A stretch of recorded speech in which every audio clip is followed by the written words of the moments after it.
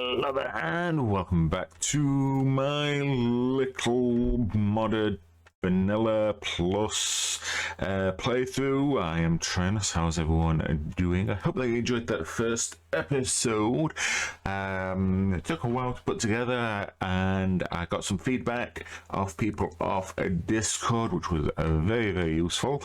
Good, bad, anything you can tell me about these videos, even simple things like this. I am now recording in full screen instead of windowed mode, which people said that they found a little bit annoying, so I'm now doing that in full screen. Even minor little bits of feedback, anything you guys can tell me that I can do to improve, please let me know. I'm recording these for yourself just as much as I am for me.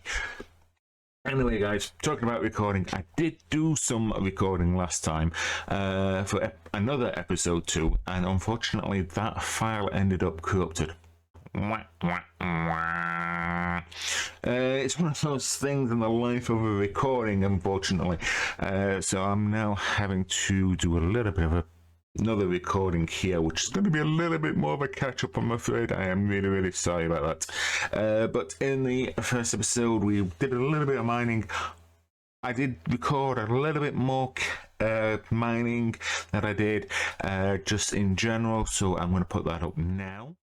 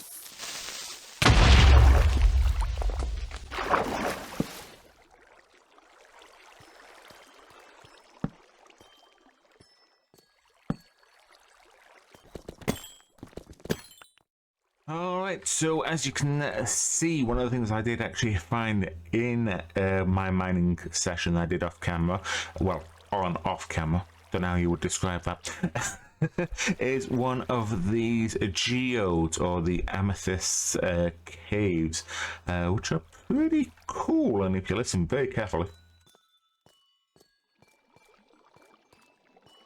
and you hear that as you walk on it, it makes a really weird noise. Now, a couple of things though, do not break what's known as the budding amethyst block. Not these are the actual clusters. This is what actually grows. Do not break these or they vanish. I learned that the hard way. I believe that you need silk touch to actually get these guys. The actual budding amethyst, these you can break with any pickaxe, I believe, anyway. I only did iron. I don't know if you can break them with stone. Let me know if you've tried that. But yeah, what you actually want is these amethyst clusters, and they make a few things, including the amethyst block, and it's actually a nice thing. Also though, worth mentioning is that you don't just get this nice purple crystal, you do get this calcite and this smooth basalt as well, which normally surrounds the geode. So yeah, now I've got a question for you guys, those that are doing 117, regardless if it's in vanilla or a vanilla plus type thing, whatever. Finding diamonds, what level are you having the most luck on? I'm asking this because I was originally told that really I should be mining at level 6, which is, if you have a look at the mini-map underneath the coordinates, that is what level I'm actually on. And you can see I have done a lot of mining. Now, I've got some diamonds there, I've got some there. These are clear, that one's clear. Yeah, there's some there. I've got these torches marking where they are, and some down there, in normally like groups 3s and 4s, but then I have, you can see there's quite a few gaps in between that I am not finding any. So yeah, you can see I've done quite a lot. If you have a look at the minimap again, you can see the amount of mining I have actually done down here on level 6. However, if I come back up to level 11, which is where I would normally get some, I found some down there. Down that one, you can see again with these torches, and down that one, and again right there. So, and I've done less mining up here than I have done down there. Now I know it's a bit hard to tell because it's all kind of how many is in a cluster and whatnot, and I don't want to kind of mess around like that. But I seem to find more diamonds on 11 like I used to than I did down on 6. So, and yet it's supposed to have been kind of altered, so you were supposed to be mining a bit deeper. But maybe that's just me. Maybe that is just me. Anyway, let me just get back up to the surface, and then we'll go through what I recorded but got corrupted. So give me a minute to get back upstairs. Right, and here we are up and about. So one of the things that you might actually notice is the sky, and especially that gorgeous moon. Look at that. That's because I have Optifine installed, yay, on Fabric. There's a couple of things that you've got to do on that one. You've got to download Optic Fabric, and then you got download Optifine itself. So yeah, and then I added in one of the resource packs, which adds the dynamic skies, and look at the night sky. It's absolutely gorgeous. I love that moon. I think that's absolutely brilliant. But yeah, we will sleep the night away. Right, and there is the moon. Don't look directly in it. But again, the sky, I prefer the night sky to the daylight, but yeah, it's absolutely fantastic. But anyway, those of you that are noticing a few things, yes, I made myself a few more of these guys. These have got sugarcane in them, that one's got cactus, and we've got the birch logs and the spruce logs now, which I'm hoping I showed you these on episode 1. If I didn't, I apologize, but just to be on the safe side, these are known as glass plants in a jar, which are a bit like the, well, they're exactly like the botanity pots, but these just cost an iron ingot and a bit of glass. So they're easy to make, and all you've got to do is put the required item in the bottom and the required thing, and put a chest underneath them, and you're good to go. I put this in purely to prevent grinding process, because these can just continue going. You can see how much resources I've got with these. I just need bigger chests. But don't we all? Anyway, the other thing I did do, you may notice I have a nether portal. Yes, I did go into the nether on that corrupted file recording, but I only really went in there to grab some quartz. And I did also make myself a enchantment table, a diamond sword, and a diamond pick to get the obsidian for them. But like I said, the nether experience was just a case of jump in, grab some quartz, jump out. I did collect one or two other little bits and pieces, because we ended up in a crimson forest, but nothing too major. So don't worry, you didn't really miss out. Hopefully we'll be able to get stuff in there. Now the reason why I went into the nether, like I said, was to grab quartz, because there's another mod in here that I added called the flight rings. Now you've got two variations: the basic flight rings, which requires the nether quartz and 3 gold, and then the pure flight ring here, which requires a nether star and 3 nether ingots. So the basic one, it says there that it grants you flight at the penalty of severe hunger, and when I tested it out, yes, it did. It also had a durability bar as well, but then I found a feature which allowed you to keep flight even after it was broken. Now, I did get in contact with the mod author, and he basically thanked me, and he found the problem and he's fixed it now, so hopefully you won't encounter that problem.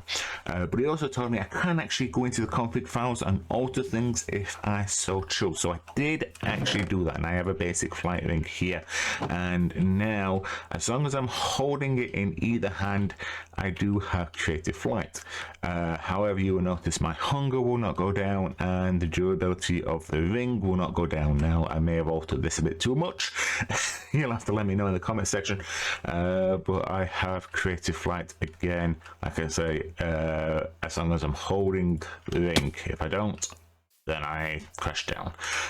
So yeah, so I'm gonna put it to a poll. Do I keep the ring settings as they are so I can fly around as I want, or should I activate the durability and or hunger? So yeah, it's up to you guys. I kind of, because this is supposed to be the basic flight ring, I kind of feel it's a little bit too cheaty, but at the same token, it's a lot easier to get around. But yeah, a couple of other things that I did. Now, these were actually done off camera because I thought that they were a bit too much seen that, done that before sort of things, and that would just basically set up my farms here. So we have carrots, wheat, potatoes and wheat. That section was going to be beetroot, but I never found any.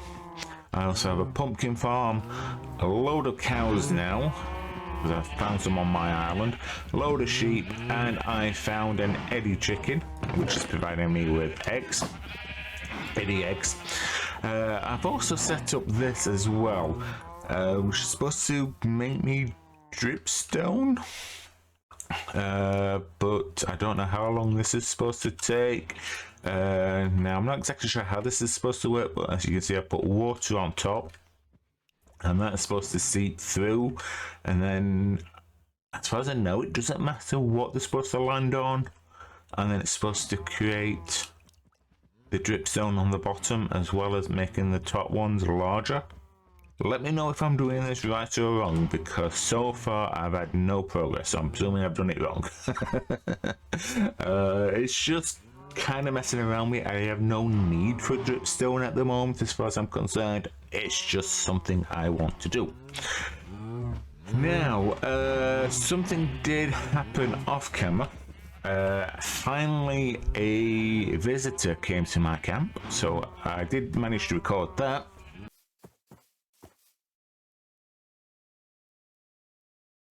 Huh. Huh. Huh. Huh.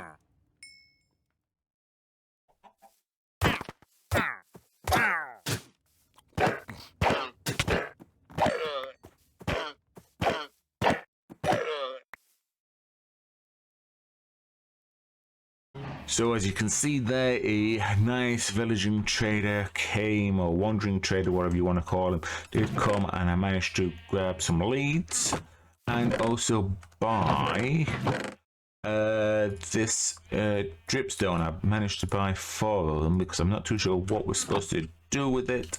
I think it's just a plant. No, we can't put it there. We cannot put it on normal grass. Okay. I thought it was just a normal plant. And do we have to put this on water? Or in water? Let's just try. No, that doesn't work. Huh, okay. Maybe it's not fully implemented yet, because the only way that you can actually get these is through the wandering trading system. So I don't know. And yes, I have done a lot of mining, as you can see. Whatnot. So yeah. So yeah, I don't know how we actually use that drip leaf. Like I say, I don't know if it's implemented yet. I will have to look that up. Obviously, if you guys know, please do feel free to let me know. But yeah, that's pretty much all I did. in the last one, it probably took a lot longer to do than to explain. And again, I am sorry, the file, I don't know why it corrupted. It's just YouTuber's life, unfortunately. So, yeah. Right, so,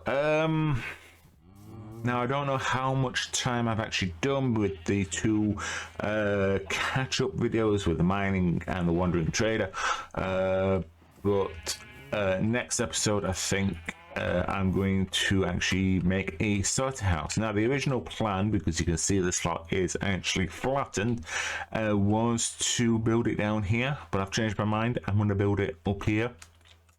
I've got everything laid out. It's just going to be a very simple little cottage. It's only going to be like 1 or 2 stories, nothing too major. As you can see here, it's just normal. Well, I'm actually going to turn these into strip logs and do that now. Unfortunately, I don't have the replay mode, so I'm kind of wondering how you want me to do this. I can easily do a fast build, but it will be a case of, you know, me doing this sort of efforts and it'd be all first person, or would you like me to actually just build it block by block, and we can talk nonsense? Basically, I don't know what we would talk about while I'm placing this here, other than doing a lot of counting and whatnot. I think a fast build would be better, but I will leave that again in your court. So yeah, I think that will do it for this episode again. I'm sorry about the last stuff, but yeah, again, let me know what mining level you are finding your diamonds at, because I seem to be having more luck on level 11. I don't know. And yeah, and again about the flight ring, should I put this back to how roughly it was? To my mind, the durability went down a bit too fast and the hunger went down a bit too fast. I can understand why it was that level. Once you get the creative ring, the pure flight ring, as soon as possible, which I do want. I want to get it. But there'll be no rush if I leave the ring as it is. But anyway, guys, I hope that you enjoyed this. I hope I've made some improvements from the last video with not only the full screen but also my audio. Let me know what you think, and to a few other settings as well. And there is the sunset. But yeah, like I say, I hope that you guys enjoyed. If you did, please remember to hit that like button, and if you are new, please consider subscribing. It is free. You can always unsubscribe later. And if you really did enjoy this video, share it with your friends, see what they think to it. Anyway, thanks again, guys, and I will see you guys next time. Bye.